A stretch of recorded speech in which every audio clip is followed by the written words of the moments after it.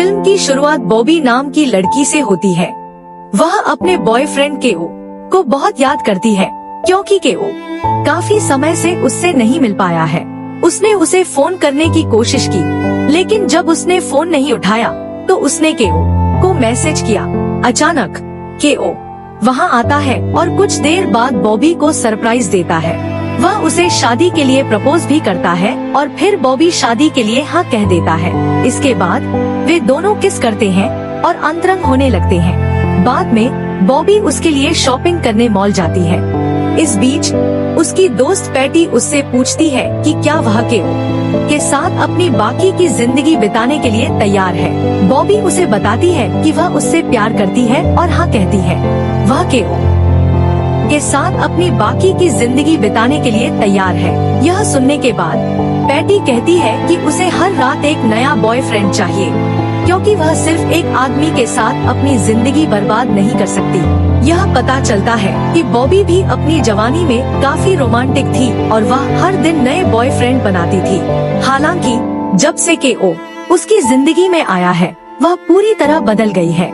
बॉबी अपनी सहेली से कहती है कि उसे एक सुंदर आदमी ढूंढकर उससे शादी कर लेनी चाहिए। कुछ दिनों बाद पता चलता है कि बॉबी सिर्फ केओ की गर्लफ्रेंड नहीं है, वे दोनों बिजनेस पार्टनर भी हैं। आज केओ की कोर्ट में सुनवाई है और बॉबी अपने बॉयफ्रेंड का साथ देने के लिए अपनी असिस्टेंट के साथ कोर्ट गई है।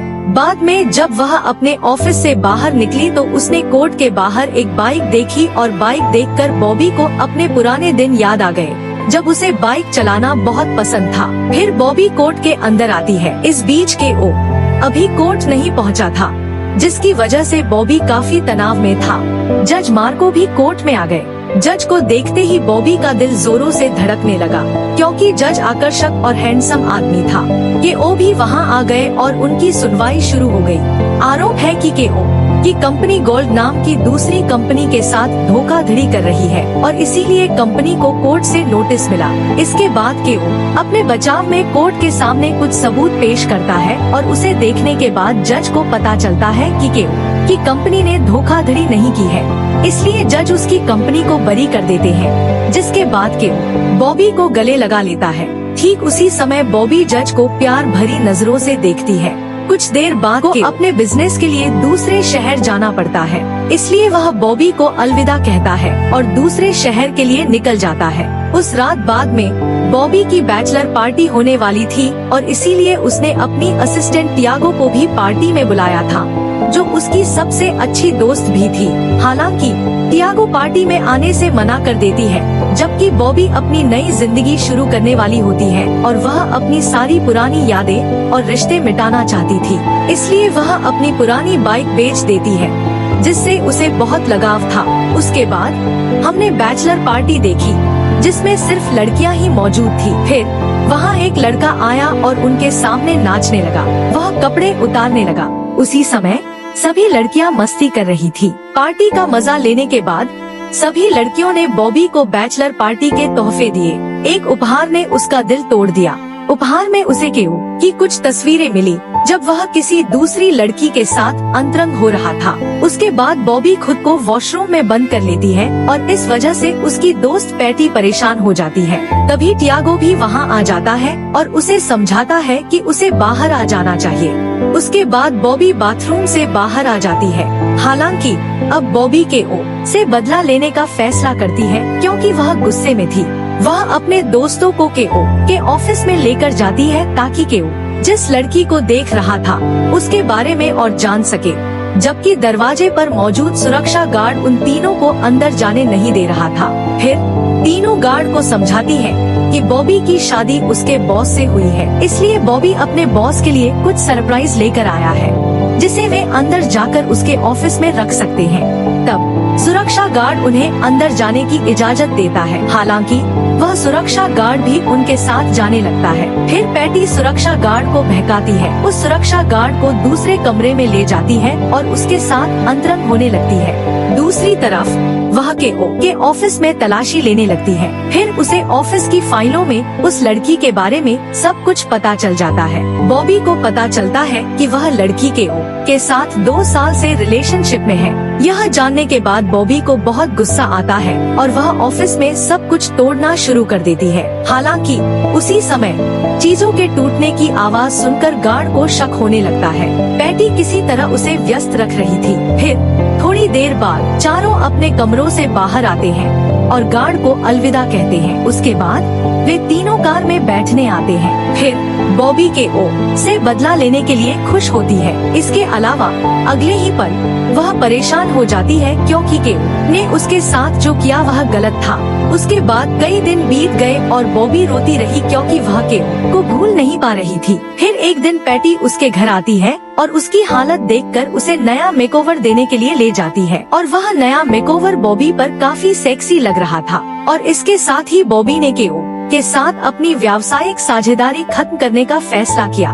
उसके बाद बॉबी अपनी फाइल लेने के लिए जज मार्को के पास जाती है क्योंकि वह सुनवाई के दिन उसे भूल गई थी। फिर बॉबी के नए आकर्षक रूप को देखकर जज मार्को भी उसे पसंद करने लगते हैं। बाद में जब बॉबी फाइल लेकर कोर्ट से बाहर आती है तो केओ उससे मिलने आती है और माफी मांगती है। हालांकि बॉबी उसे वहां से जाने और उसे अकेला छोड़ने के लिए कहती है, जबकि केओ उसकी बात नहीं सुन रही थी और अचानक जज वहां आ जाता है। जज को देखकर केओ वहां से चला जाता है। उसके बाद जज मार्को और बॉबी एक क्लब में जाते हैं और एक दूसरे से बात करने लगते हैं। तभी हम देखते हैं कि एक लड़की मार्को को देख रही है, इसलिए मार्को उससे बात करने गया था और बॉबी क्लब से बाहर आती है और यात्रा करते हुए घर जाने लगती है। वह अपनी सहेली को फोन करके बताती है कि उस दिन उसके साथ क्या क्या हुआ। उसके बाद जब बॉबी उसके घर आती है तो वह दरवाजा खुला देखती है। जैसे ही वह अंदर जाती है तो देखती है कि उसके घर का सारा सामान बिखरा पड़ा है, जिसका मतलब है कि कोई उसके घर में घुसकर कुछ खोज रहा है। उसकी गर्म हालत देखकर वह घबरा जाती है, इसलिए वह टियागो को अपने घर बुलाती है। फिर थोड़ी देर बाद टियागो वहां पहुंच जाता है। फिर बातचीत करते हुए बॉबी उसे जज मार्को के बारे में बताती है, जबकि टियागो उसे बताता है कि मार्को एक अच्छा आदमी नहीं है और उसे उससे दूर रहना चाहिए। और साथ ही वह बॉबी को प्रपोज भी करता है, जबकि बॉबी उसे बताता है कि वे सिर्फ अच्छे दोस्त हैं और इसके अलावा उनके बीच कभी और कुछ नहीं हो सकता। उसकी बात सुनने के बाद टियागो वहां से चला जाता है। अब बॉबी अपने जीवन का पूरा आनंद लेने का फैसला करती है, इसलिए वह अपनी पुरानी बाइक वापस खरीद लेती है ताकि वह अपनी पुरानी जिंदगी में वापस लौट सके। और अगले दिन वह बाइकर्स क्लब में शामिल हो जाती है और उनके साथ ट्रिप पर जाती है। फिर हम देखते हैं कि उन बाइकर्स में से एक जज मार्को था। रात में बॉबी और मार्को एक दूसरे से खूब बातें करते हैं और बात करते करते अंतरंग हो जाते हैं। अगली सुबह मार्को उसे बिस्तर पर छोड़ देता है और अपनी यात्रा शुरू कर देता है। इसके अलावा बाइकर्स में से एक बॉबी से बात करने गया और उसने बॉबी से कहा कि मार्को एक अजीब आदमी है, इसलिए उसे उससे दूर रहना चाहिए, जो बॉबी को अजीब लगता है। उसके बाद जब बॉबी अपने ऑफिस में होती है तो उसे एक अजीब मैसेज मिलता है। मैसेज में जज के साथ उसके कुछ अंतरंग वीडियो थे। वीडियो देखने के बाद बॉबी तनाव में थी और कुछ समझ नहीं पा रही थी। एक तरफ कोई उसकी जिंदगी बर्बाद करने की कोशिश कर रहा था, उसे केओ पर शक था। दूसरी तरफ उसे लगता था कि शायद टियागो उसके साथ ऐसा कर रहा है क्योंकि उसने उसे अस्वीकार कर दिया था। फिर कुछ दिन बीत गए और एक दिन बॉबी ने केओ के लैपटॉप की जांच की कि अंदर क्या है। जब उसने फाइलें खोली तो लैपटॉप में केओ द्वारा किए गए सभी अवैध कारोबार का इतिहास था। साथ ही केओ की कंपनी पर जो भी धोखाधड़ी का आरोप लगाया गया था वह सच था। इसलिए उसने टियागो को फोन किया और उससे कहा कि उन्हें पुलिस के पास जाना चाहिए। इस बीच मार्को बॉबी को निमंत्रण भेजता है। फिर हम देखते हैं कि बॉबी मार्को के घर जाती है और वे दोनों इसका आनंद लेते हैं। वे अंतरंग हो जाते हैं और बॉबी बार बार मार्को के घर जाने लगती है और वे दोनों इसका भरपूर आनंद लेते हैं। वे लगभग हर दिन एक साथ कुछ अंतरंग समय बिताते हैं। हालांकि एक रात वही महिला मार्को से मिलने आती है जो क्लब में उसे देख रही थी और वह महिला पाउला थी जो मार्को की पत्नी हुआ करती थी। बॉबी को जैसे ही पता चलता है कि मार्को शादीशुदा है, वह गुस्से में आग बबूला हो जाती है और अपनी बाइक पर उसके घर से निकल जाती है। कुछ देर बाद बॉबी गुस्से में बहुत तेजी से बाइक चलाने लगती है और अचानक उसका एक्सीडेंट हो जाता है और वह घायल हो जाती है। बाद में कई दिनों के इलाज के बाद बॉबी को अस्पताल में भर्ती कराया जाता है। फिर वह पूरी तरह से ठीक हो जाती है और घर वापस आ जाती है और तभी मार्को उसे देखने के लिए वहाँ आता है। वह उससे माफी मांगता है और कहता है कि वह उसकी स्थिति को समझने के लिए उसके साथ आए।